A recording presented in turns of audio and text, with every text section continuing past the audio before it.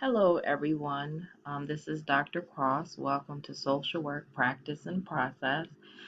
This video is just to give you a overview of Blackboard and your settings on Blackboard and the course and how it looks. Please take time out to review and search around to see what all access you have and the functionality of Blackboard. Be sure to contact the help desk if you have any issue or challenges with Blackboard. They are the experts and they're there to help you navigate any challenges that you're having with Blackboard. This is a home page. This is a student preview, and so I can my view of Blackboard looks different. It looks more like an instructor view. But for the purpose of this video, I have it on student preview mode so that it can appear the way it looks for you. And since I'm not a student, it's not showing me anything. But anyway, your homepage should look similar to this. You should have a list of to-do items, your announcements, your task, and make sure that for your to-do, what's new, that you make sure that you edit your notification settings for Blackboard. This will make sure if you have any assignment that is due, it'll show in your to-do list. You can also get notifications to announcements and emails and so forth. I email students directly through the Blackboard course tool. So I use this tool function over here and I send messages directly to students or a group of students specifically from the Blackboard software website. So again, your homepage should look like this. Because we're online, I strongly encourage you to make sure that you upload a profile picture so it helps me identify names or, faces to names. But again, make sure that you modify these settings so that they are customized to meet your needs. You can also upload an additional email to Blackboard. That way, if you get an email sent to your Howard email, the Blackboard is usually defaulted to send emails to your Howard email. You can modify that as well and have emails also forwarded to a personal email account that you may be using, whether it's Gmail or Yahoo. So again, this is your home for your academic progress in each of your courses. So make sure you familiarize yourself with it, and make sure you customize your home page and your settings so that they meet your needs and increase your chances of being as successful as you want to be in your courses. This left tab over here has all the things that you'll need to navigate through the course. These are the links to all the pages for the course. Okay. We're currently on the home page. You can also click on announcements. All the announcements that I send out to students will be housed here. And then you can go back and check on different announcements over the course um, of a of a of a semester. Okay. So make sure you always go here and check the announcements that I send. I usually send out weekly announcements that are updates, housekeeping, reminders, important things that you need to know. As we're starting off in the course, I strongly recommend that you check um, um, your announcements regularly, maybe twice a day. As you get the flow of things and you get acclimated to your courses, you may not have to check them as much. But again, pay attention because any changes, slight changes to the syllabus, any changes or things that you need to know about the course will be listed and sent out via in the announcements. Course content. Course content is where I'm putting information that you need to know overall about the course. So currently the syllabus is listed here. Your first paper that I listed was learning your first job, which you will be writing a discussion board related to that here is in the course content. Please take your time to read this paper because I think it's a good start to your semester. I like to start all my classes with this paper because it helps you understand that learning, the role that you play in the learning process. Sometimes you students think that just by listening to a video or reading a chapter, that's how learning occurs. But it really goes more into depth about time management, your role as a student, prioritizing all those necessary elements to be a successful student. So again, learning your first job is what you're to read in week 1. And as part of your introduction and discussion board, you're supposed to talk a little bit about that reading. So it's listed here. I also include the syllabus is here. If I find that there's errors to the syllabus or slight things I want to update, I'll revise it and upload it here. I will submit another video that will go into detail on the overview of the actual syllabus itself. So please look forward to that. APA resources. This is a folder that I included to supplement your APA manual that you need for the course. So that one of the required textbook for the courses and all your courses is the APA manual. That is your go-to source for references, citation and references in academic writing and formatting your paper. But just in doing this and instructing students, I also like to include additional resources to help further your understanding of APA. But please understand that this is not your go-to. Your APA manual is what you go to really reference citation and references. But again, I do this to make life a little bit easier for students and add additional resources for them related to APA. Also in the course content area, I have the academic calendar for the university. This is for fall and spring. Please be sure you look it over because it has important dates that you need to know overall for the university. The start of class, end of class, your drop add period, and so forth. That's listed here. Any, holidays that you need to know about, important events for the university is listed here. So I have it uploaded here for your reference.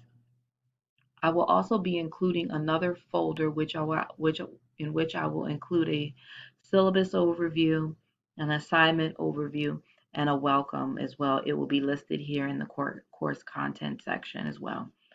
Please look forward to that. I will be uploading that very shortly. So take your time to get an understanding of what all things are in the course content. As I add resources in the course content section, this will be based on what I'm learning the class needs. If I find there's some additional resources that can help you and that you need to know, I will add it here into the course content. And I'll also send an announcement letting you know if there's any new things that are added to the course content section. Discussion boards.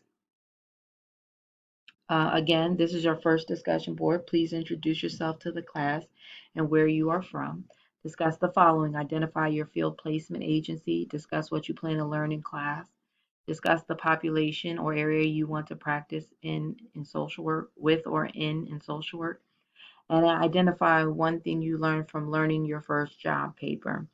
This is your discussion board for this week. This is not a graded discussion board. This is to get you comfortable with posting in the discussion board, making sure everyone can find it and comfortably post. Please feel free to post your post and reply to other people's posts because that's how we're going to develop the class culture and our class community. As we move forward, all the weeks you will be able to access your discussion boards here. You will have weekly discussion boards. The discussion boards will measure your understanding of the readings, and a lot of the prompts will be directly related to have you explore your understanding of the readings. There may be times where I include discussion boards that further expands upon specific assignments you have in the course. I may have you upload links to videos to certain assignments or certain presentation links to certain presentations and discussion boards too. But primarily, discussion boards will be used to discuss as a community your understanding of the readings. So make sure that you be aware that they will be weekly. Um, the way it's set up now, your discussion boards will be due every Wednesday. Your original post will be due on Wednesday, and then your reply post will be due Thursday and Friday. The reason being is that if most of the students or all the students post by Wednesday, that allows other students to reply. So we have to have a cutoff date in which the posts need to be there. So when students reply, the posts are there for the students to reply. In addition to the prompt to which you're going to write to, you're also going to have the parameters in which to write your prompt. This will be when when the post is due, the original post, when the reply is due. Word count will be listed on that. You'll also be expected to use APA citations for your content. APA citation, that could be a reference or a citation and or both. So some students tend to cite their source, which is oftentimes going to be your required textbook in the citation, in the actual prompt itself. And some people at the very bottom of the prompt just reference where they how their views or thoughts were informed by their readings. Again, this allows me to be able to view your APA and let you know and give you feedback if there are any concerns before we get to the actual the major assignments. That's why it's in all students' best interest is to include a citation and a reference. That way I can see how you're citing material, how you're referencing it, so that I can give you feedback on in which is correct. There are partial points for APA, and if you're losing partial points for APA, you will know that that's an area you need to work on. And it's better to know now when you're at the discussion boards when it's only a partial credit rather than the larger assignments where APA can account for more of your points for the paper. But again, this is where the discussion boards will be for you. You will have weekly discussion boards for the course. It's important that you do them and you do them timely because once a discussion board closes, any assignment, once it closes, it does not open back up and you will lose the opportunity to post. And these discussion boards, they add up to be a significant amount of your overall grade. And so missing one or two, can start to really impact your overall grade in the course. So please be mindful of staying on top of the discussion boards. On the left side tab, you also have groups. I will be setting you up into groups. These are going to be smaller peer groups, and the whole goal of these groups will be for you to have a little smaller community within the CAT class in which to engage. If you have questions, sometimes it's good to touch base with your classmates and say, hey, is this your understanding when you read this assignment? Or, hey, is this your understanding that the paper is due such and such? But sometimes it helps to know that you have a smaller group to discuss things that are going on in the course, and that's what these smaller groups are going to be for, in which I set you up. You will be able to, again, use your left tab over here to see which group you're affiliated with and who is all in your group. You'll also have other type of tools to use within the books where you can blog to each other, you can email each other, you can do a lot of things within those smaller groups. Again, it's an opportunity to develop a smaller community in a larger class group. But the entire class group is available to you. So don't feel limited to the small groups. This is just to make things maybe a little easier for you, having a little smaller cohort within the class. So I will set up groups and they will be listed over here. Please make sure you look at the tools that are available for you in Blackboard. Mine are a little different, and so but just navigate and look to see what's available for you as a student. This is week 1, and it covers the introduction and the readings. All the weeks for the course will be listed eventually on this side here. I will open them up as we go into the weeks. That'll help keep you on track of where we are. I will click into one, and this is a sample of what all the other weeks will look like as well. And so this is week 1. If you notice here, the week is actually, it looks exactly like the week does in your syllabus. So this is just a week by week check of what your syllabus looks like. So this is your introductions. This is your required reading. There wasn't another suggested reading, but I took it off because I didn't want to overwhelm students. So there's a suggested reading that's on your syllabus that I did not include here just because it's week 1 and I didn't want to overwhelm everyone. So this is pretty much what week 1 looks like. This is the review that's in your syllabus, and this is the required reading. Then you will notice that there are folders for PowerPoints, reading, and videos for each week. And then you'll also notice here that there's a virtual office hour. I didn't set up the virtual office hour this time. I will send an announcement when I do that. I want to make sure all my basic videos are uploaded in my classes before I set up my virtual online office hours for this week. It's very hard to find one good time that fits with everybody, but we're going to do these virtual office hours weekly, especially at the start of the course, to make sure everyone's acclimated and I answer any questions that you have. and see how it goes.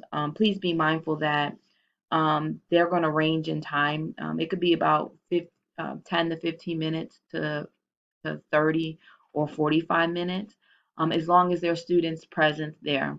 So it's very important that when I set these, that if you want to talk about the course or have questions about the class, the content, Blackboard, etc., that you log on fairly early on, so that I know that you are actually going to attend. I'm going to definitely always have it and be there for the first 15 minutes in hopes of a student to attend.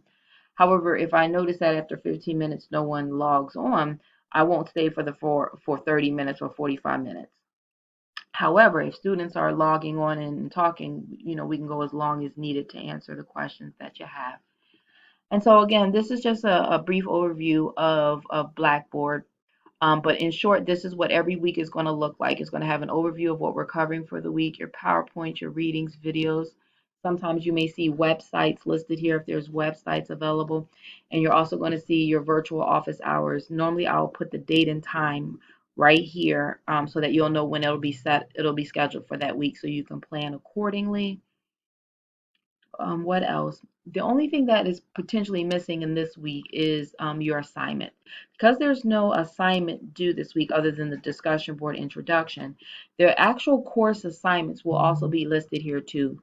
You will find them in the week in which they are due.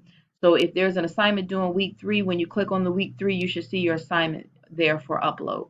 Your discussion boards will not be found in the week. They'll be found in the discussion board tab here. Okay. So when you upload, all your assignments will be uploaded to Blackboard, okay? You will not be emailing any assignments. I do not accept email assignments. And the reason being is that they need to be scanned and screened through Safe Assign, for plagiarism. You want to make sure it's not duplicated. The way the course is set up, when you submit your paper, you see your Safe Assign score. And then you can decide whether you want to complete the upload or if you want to pull it down out of the submission queue so that you can modify it to either drop the plagiarism score or look to see what areas it shows there's a duplication. The score is important when it comes to Safe Assign, but the content is also important. So if you have a high Safe Assign score, but you notice that all the duplication is occurring in the reference section, that's fine. But what you want to do is not have a high safe assign score and show where there's a lot of duplication in the actual paper itself. That way you may need to pull it down. And yes, you can even plagiarize yourself, meaning if you have a former paper or you're taking pieces from a prior paper you've written, it will show in the safe assign too. So you need to be mindful of that as well. So again, the only thing missing is an assignment, and you will see an assignment tab here. The other reason why it's important to upload and only upload your assignment on Blackboard is one, that's a way that you're going to time, date, stamp it where it needs to be. It also allows me to grade it and attach the rubric onto your assignment. So I grade directly from the rubric. The rubric, I'll show you more of them when we go over the syllabus, but I'm grading directly for it, and I can't apply the rubric for grading if it's not uploaded to Blackboard. In addition, once I grade the assignment through the rubric, the grade will show in your grade book. That is why assignments are not accepted via email, only through Blackboard. Again, we can talk more about that if you have any questions during the virtual office hours. You are not limited to the virtual office hours to meet with me. That is the best place to have a discussion about the course, though. The reason is because there are other students there that have other questions, and you can benefit from learning from questions that they may have. Also, if you have a question, another student may have the same question, and this group process of the virtual office is helpful. However, on the syllabus, you can also reach me you can text me. My cell phone number is listed on the syllabus. I urge you not to leave voicemails if you can because it's my practice cell phone. And so I have clients leaving me voicemail message on it too, and it's very easy for it to get full. But please feel free to text me using the number that I listed as well. But please be sure you identify yourself because I oftentimes get text message from students and they don't identify who they are, what course they're in, and or if they're even a current student, a past student. So I need that identifying information if you're going to send a text. I can also set up a Zoom meeting with you as well, a one-on-one Zoom meeting or a group Zoom meeting if you like. Um, but I just caution you with that because I teach other courses, including the field, and so I have on average about 40 students, and it's not feasible to do Zoom meeting for every student. The most time effective way is to do the virtual groups for the classes. But again, if needed, we can do the Zoom as well. And so that's just a pretty much overview of Blackboard and how this course is going to look. Hopefully you find everything easy for you to assess. You also have a grade book. Please be mindful that you check your grade book and your grades regularly and consistently. And hopefully that's a quick Blackboard 101 for you. Again, if you have any trouble or challenges or in-depth problems navigating Blackboard, please be sure to use the help desk. Thanks.